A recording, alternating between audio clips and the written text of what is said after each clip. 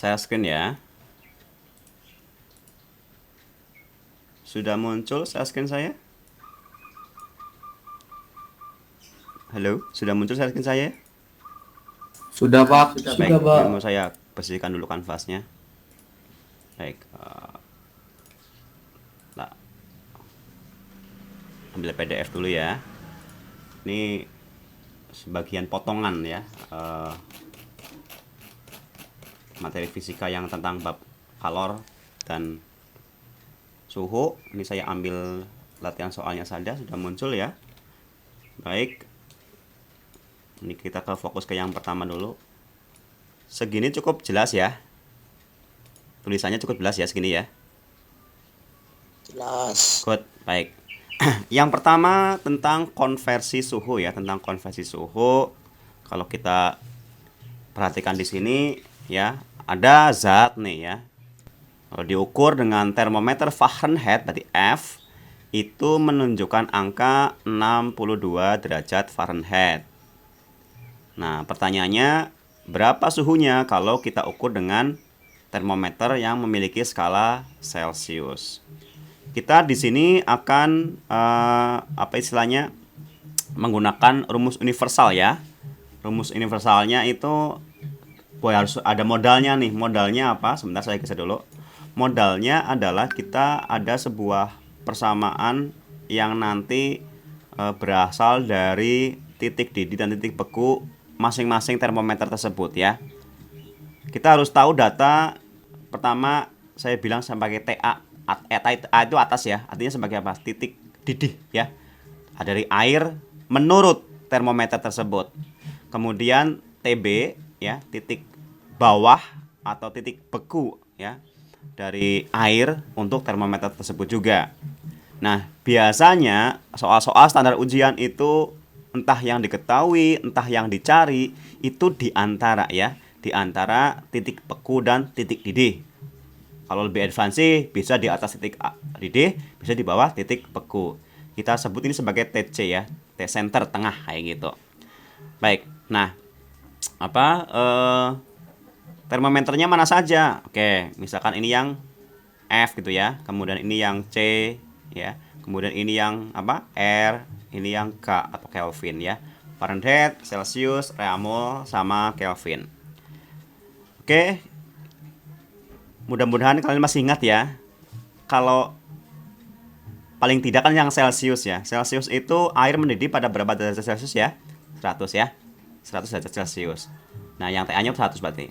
Dan air membeku pada 0 derajat Celsius. Manakala kita ukur dengan Fahrenheit. Fahrenheit itu titik didih airnya adalah 212 dan titik bekunya adalah 32 derajat Fahrenheit. Kalau Reaumur itu bekunya 0, mendidihnya 80. Kalau Kelvin itu membekunya 273 Kelvin dan mendidihnya pada 373 Kelvin. Nah, kita acuannya ini ya. Rumusannya mana? Baik, saya pakai warna yang agak sedikit gelap dulu. Rumusannya adalah gini nih. Ya. Kita fokuskan ke sebelah kiri dan sebelah kanan nanti ya. Sebelah kiri itu untuk yang diketahui biasa. Yang diketahui biasanya, kemudian yang sebelah kanannya mau dicari ya. Misalkan di sini kan yang diketahui kan tadi kan Fahrenheit nih. Ya berarti nanti yang saya tulis di situ miliknya Fahrenheit ya. Yang pasti rumusnya sama, entah kanan entah kiri itu apa? TC, T center nih dikurangi TB, T bawah atau T beku dibagi T atas atau titik didih dikurangi TB atau temperatur atau titik bekunya ya. Untuk apa? Untuk data-data yang diketahui. Dalam hal ini kan di sini apa? Fahrenheit kan? Dia miliknya Fahrenheit. Dan yang sebelah kanan sama ya. TC min TB dibagi TA min TB. Tapi ini miliknya yang dicari. Yaitu dalam contoh ini adalah yang Celsius. Kalau kita lihat ke sini ya, perhatikan 62 Fahrenheit, 62 derajat Fahrenheit. Berarti kan sebenarnya di antara 32 dan 212 kan ya, 62 ini di sini nih 62. Nah, 62 derajat Fahrenheit ini berapa Celsius ya gitu ya. Di sini nih, ini berapa ini isinya? Jawabannya pasti di antara 0 sampai 100 ya. Kalau kita lihat pilihannya di sini juga sama kan, di antara 0 sampai 100 ada 16, 22, 34 dan seterusnya ya. Baik. Nah, lalu kita terapkan ya, kita terapkan ke dalam rumusan ini. T center min T bawah dibagi T atas min T bawah miliknya Fahrenheit sama dengan T center min T bawah dibagi T atas min T bawah miliknya Celsius yang mau kita cari. T centernya Fahrenheit yaitu 62, sebelah sini ya, 62, bawahnya itu 32, atasnya 212, bawahnya 32. Ini miliknya Fahrenheit. Kemudian miliknya Celsius, senternya adalah yang mau kita cari, berarti TC gitu aja ya. Atau mungkin C aja deh. Bentar, ini tak ganti dengan C gitu aja ya. C yang mau kita cari. Kemudian titik bawahnya Celsius apa? Berapa? 0 ya. Atasnya 100, bawahnya 0. Kayak gini ya idenya. Lalu kita kalkulasi ya. Sebelah bawah sini ya, sebelah bawah. 62 dikurangi 32 berarti kan 30. 212 dikurangi 32 berarti 180. Kemudian yang sebelah kanan C per 100. Sehingga C-nya adalah apa? 30 dikali 100 dibagi 180 ya. Nah, kayak gini nih. Dikali 100.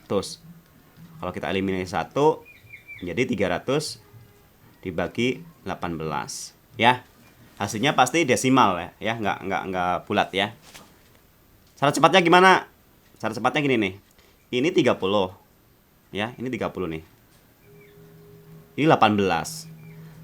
Kalau 30 bagi 18, 1, 2, 3, atau berapa koma? Halo? 1 koma kan? Nah, kalau dikalikan 10 berarti kan belasan ya. Jawabannya kan belasan kan? Ya nggak? Jawabannya belasan.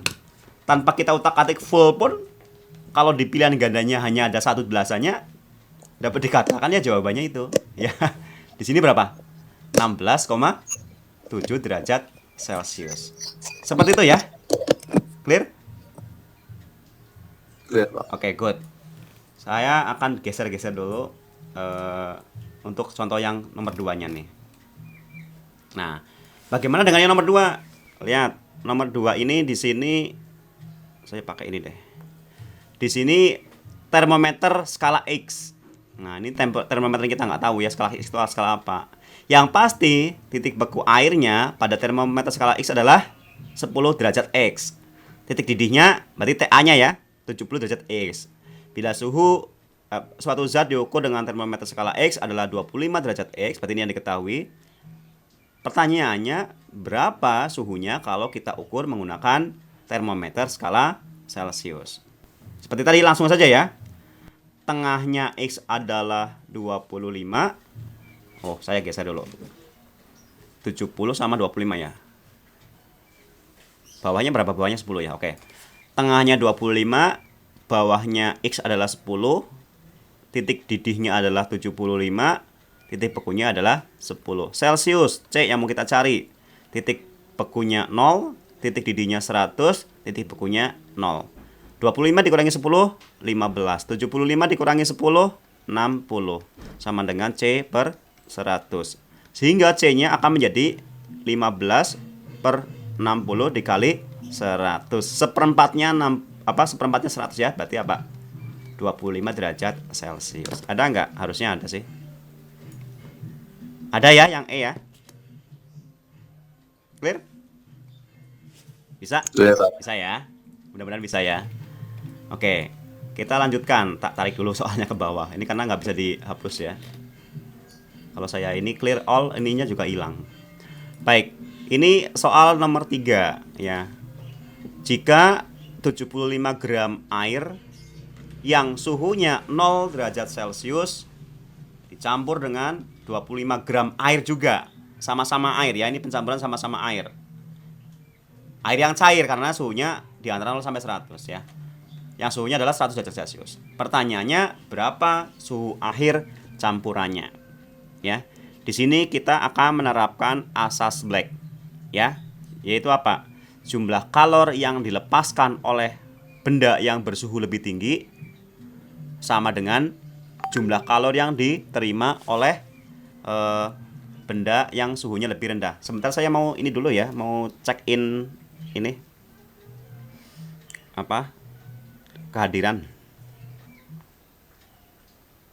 Bentar.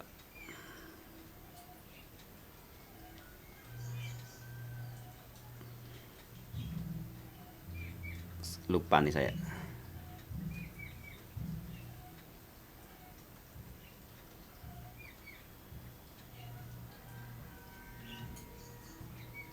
Oke.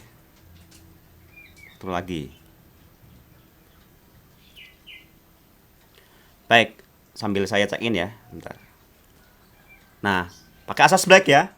Asas black itu yaitu jumlah kalori yang diterima atau yang dilepaskan dulu ya, sama dengan jumlah kalori yang diterima oleh benda yang lebih rendah suhunya ya. Nah, kalau namanya jumlah kalor berarti apa? Kita pakai persamaan kalor.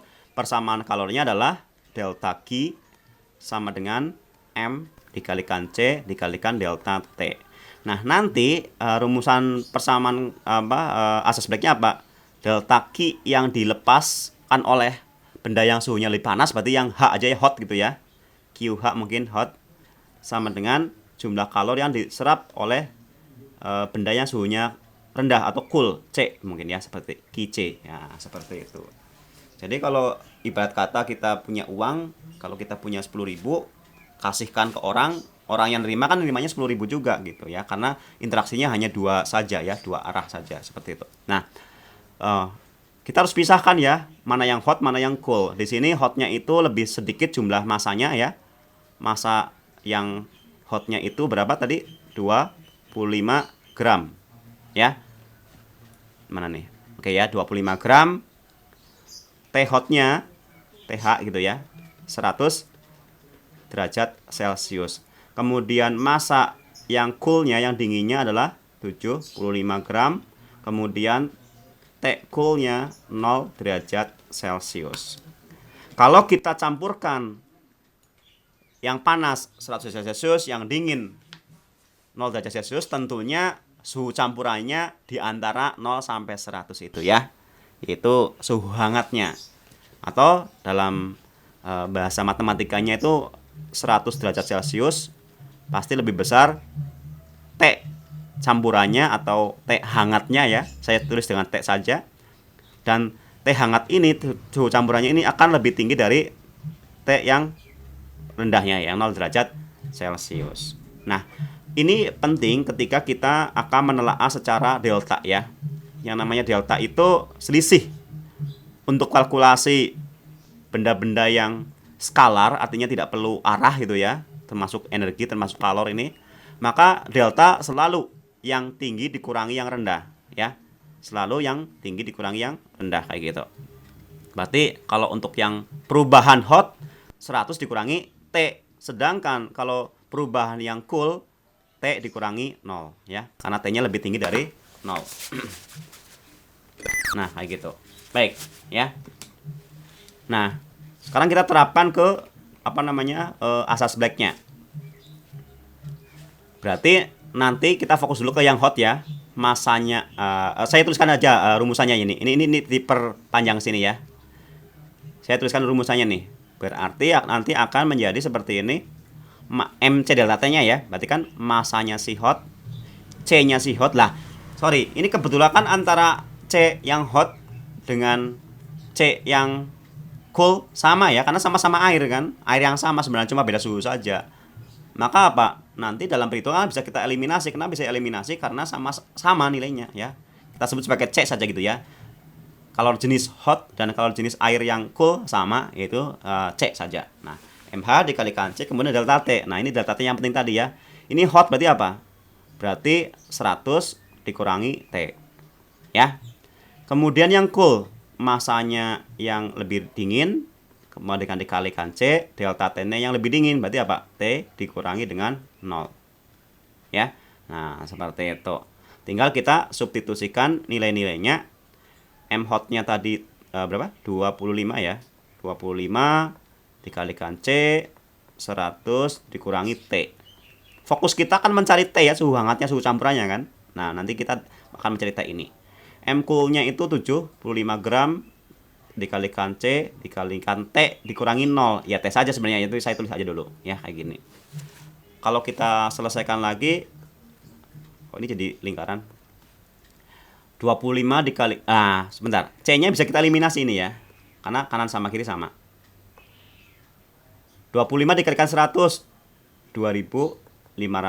25 dikali min T, berarti min 25 T. Yang kanan 75 dikali T saja ya, 75 T, karena ini yang 0 ya. Nah, setelah ini apa? Tinggal kita kumpulkan T dengan T ya. Kita yang sebelah kiri ditambah 25T, tentunya yang sebelah kanan juga kita tambah dengan 25T ya. Ini ditambah dengan 25T. Ya bahasa kita cepatnya ya kita pindahkan 25 ke kanan jadi positif gitu ya. Tapi kalau bahasa matematiknya kan nggak seperti itu ya. Kita kedua ruasnya kita tambahkan sama-sama dengan 25T.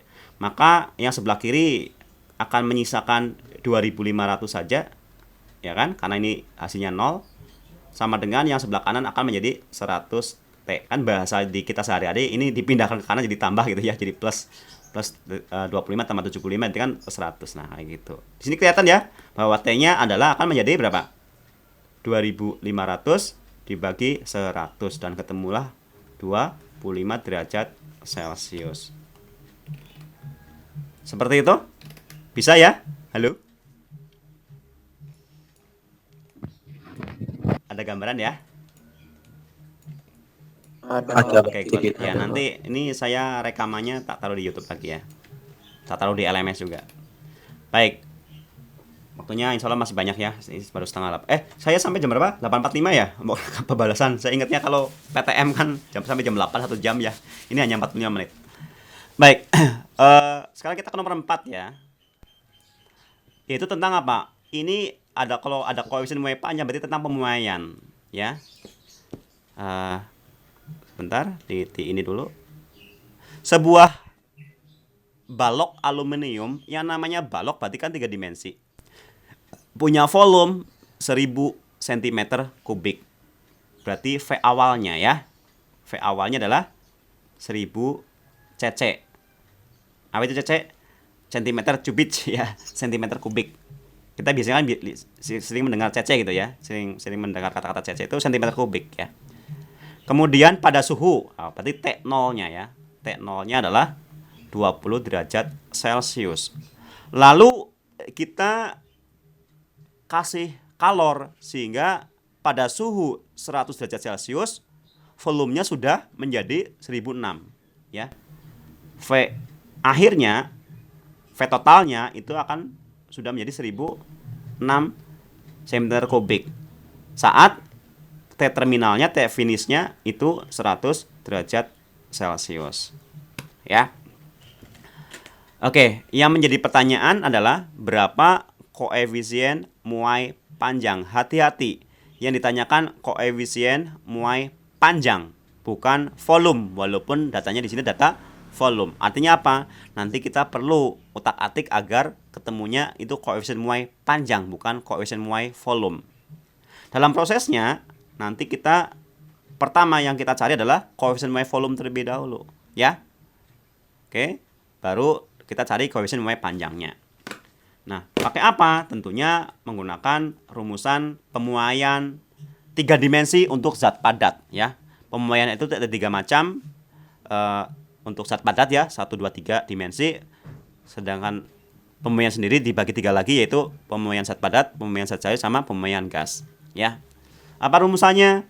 Rumusannya adalah bahwa delta V perubahan volume itu sama dengan apa? Gamma. Gamma adalah koefisien muai panjang. Koefisien itu tetapan ya. Bahannya tembaga, bahannya aluminium, bahannya besi tentunya memiliki nilai gamma yang berbeda-beda. Setelah gamma apa? Gamma dikalikan volume awal, VO, origin ya, dikalikan delta T, perubahan temperatur. Di sini tadi temperatur awalnya 20 derajat Celcius, temperatur akhirnya 100 derajat Celcius. Berarti perubahannya berapa? Delta T-nya 80 derajat Celcius, ya. Oke, lanjut. Nah, berarti tinggal kita cari gamanya kan? Berarti gamma atau koefisien muai volumenya adalah delta V dibagi V awal dikali delta T. Delta V-nya berapa? Nah, di sini kan V awalnya 1000 cc.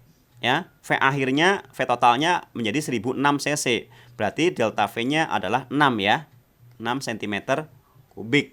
Oke, 6. Kemudian V awalnya berapa? V awalnya adalah 1000 cc, 1000 cm kubik. Berarti 10 pangkat 3 ya. 10 pangkat 3 cm kubik. Saya nulisnya 1000 dalam bentuk 10 pangkat 3 biar nanti ketika perhitungan, terutama ini pembagian itu lebih gampang ya, daripada menyebutkan sebagai 1000. Oke, 10 pangkat 3 itu 1000 untuk VO-nya. Delta T-nya tadi berapa? 80. Nah, 80 dapat pula kita tuliskan sebagai 8 dikali 10 kan? Sedangkan 10 adalah 10 pangkat 1 ya. Sehingga akan menjadi sebelah kanan sini ya. Sebelah sini aja. Nah, ini nih. Sehingga akan menjadi yang bawah nih 10 pangkat 3, 10 pangkat 1 berarti 10 pangkat 4. Ya. Sehingga akan menjadi 6 dibagi 8 dikali 10 pangkat 4. Oke. 6 dibagi 8 itu 0,75 ya. Oke, 0,75 dibagi 10 pangkat 4. 10 pangkat 4 kalau kita pindah ruas ke atas, bukan ruas sih, pindah posisi dari penyebutnya di pemilang ya. Jadi tandanya berubah ya, jadi 10 pangkat 4. Nah, kayak gitu. Min 4. Tandanya berubah. Nah, agar tidak 0, tapi di atas 1 gitu ya. Berarti kan kita dirubah menjadi 7, ya, 7,5. Karena dibagi lagi 1000, 10, maka ini pangkatnya turun lagi 10, jadi 10 pangkat min 5 ya, per derajat Celcius. Tapi ingat ini gamma. Gamma adalah koefisien muai volume. Hati-hati karena di soal ada jawabannya di sini yaitu 7,5 dikali 10 pangkat min 5. Padahal bukan itu jawabannya. Karena apa? 7,5 dikali 10 pangkat min 5 per derajat Celcius adalah apa? Koefisien muai volume. Sedangkan yang ditanyakan di soal adalah koefisien muai panjang. Ya. Apa yang harus kita lakukan? Ya, kita harus cari tahu hubungannya ya antara koefisien muai volume dengan koefisien muai panjang. Oke. Pertama sebenarnya berasal dari koefisien muai panjangnya yaitu alfa. Ya. Oke, sedangkan beta adalah koefisien muai luas dan gamma adalah koefisien muai volume. Hubungannya apa? Untuk benda yang sama, ya, sama-sama aluminium, sama-sama tembaga ya. Itu gini, bahwa beta itu 2 kalinya si alfa dan gamma ini 3 kali lipatnya si alfa. Berarti si gamma ini yang 7,5 dikali 10 pangkat min 5 per derajat Celcius ini adalah 3 kali lipatnya si alfa. Artinya si alfa adalah 1/3-nya gamma ya. Berarti 7,5 kita bagi dengan 3. Ketemulah 2,5 dikali 10 pangkat min 5 per derajat Celcius. Seperti itu ya untuk mencari koefisien muai panjangnya. Apakah jawabannya ada? Tadi saya sekilas lihatnya sih ada ya, 2,5 ya. Oke, clear? Yang nomor 4 jawabannya yang A. Good ya, ini yang bisa. Ya, ini yang A.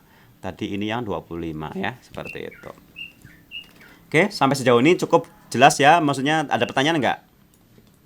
Kalau ada nanti silakan tanyakan.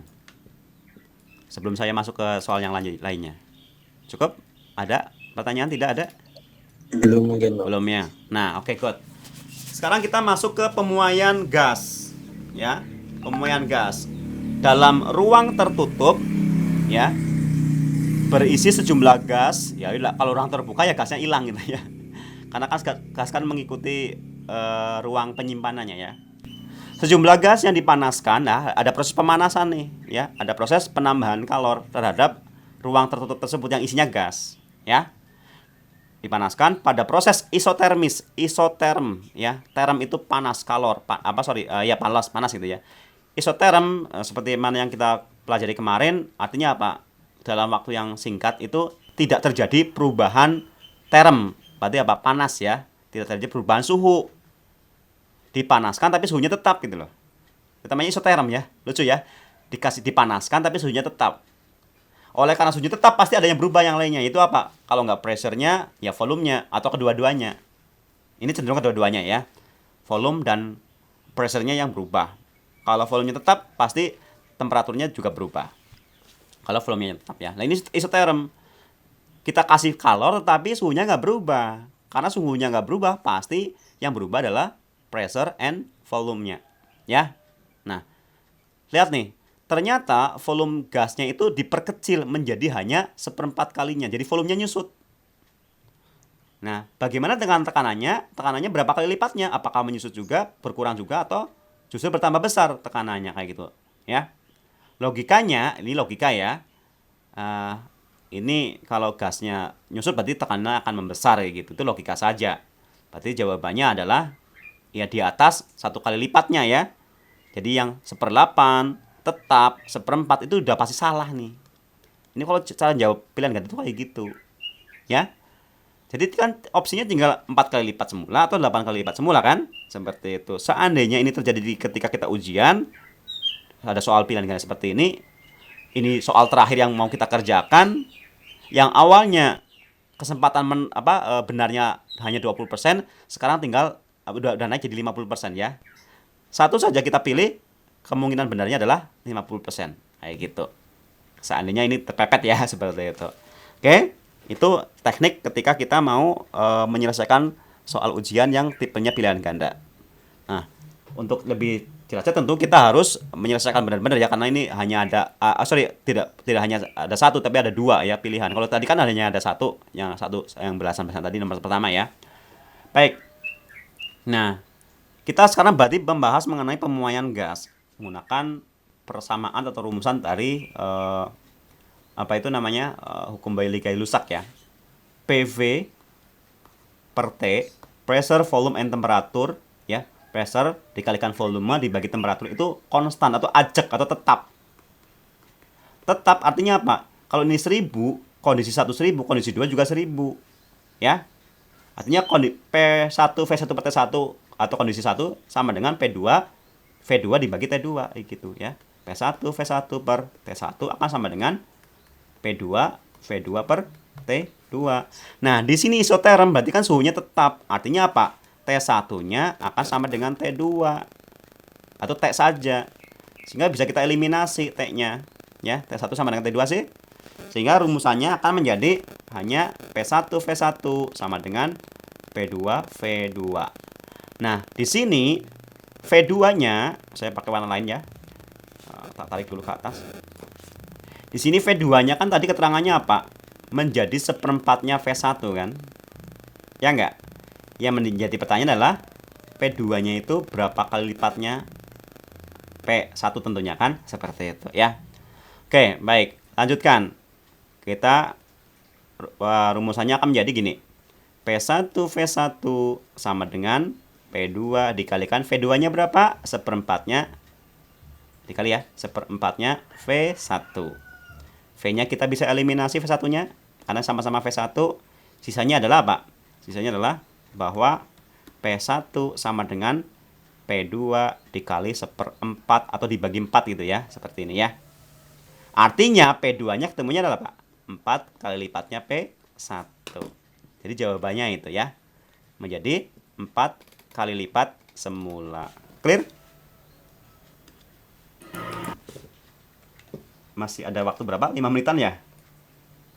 Tadi soal yang pertama mana nih? Sorry, yang lembar selanjutnya. Jauh banget. Tak geser sini ya. Nah, sinilah. Yang agak jauh. Baik. Apa ini? Nah, nomor 7 ya. Nomor 7 itu persamaan kalor ya. Yang tadi sempat kita bahas juga di awal. Sebuah benda masanya 100 gram. Oke, ini M. Hati-hati masanya gram. Sedangkan di sini joule per kilogram. Hati-hati ya, gram, kilogram. Berarti nanti kita harus mengonversi entah gram menjadi kilogram atau yang kilogram menjadi gram. Ya, paling mudah itu bilangan kecil ya. Kalau bilang gede kan kayak 100 ya, 1000 itu kan gede nih. Ya, maka mungkin nanti kita akan rubah saja yang kilogram menjadi gram. Baik, sebuah benda masanya berarti M. Ya, 100 gram, 100 G. Suhunya T. Ya, T awal berarti ya. 30 derajat Celcius. T akhirnya TF-nya itu 0 derajat Celcius karena dibuang kalornya ya. Terjadi perubahan suhu berapa? 30 derajat Celcius. Lagi-lagi ini selisihnya selalu lebih tinggi dari kurang yang lebih rendah. Kenapa? Ini skalar ya.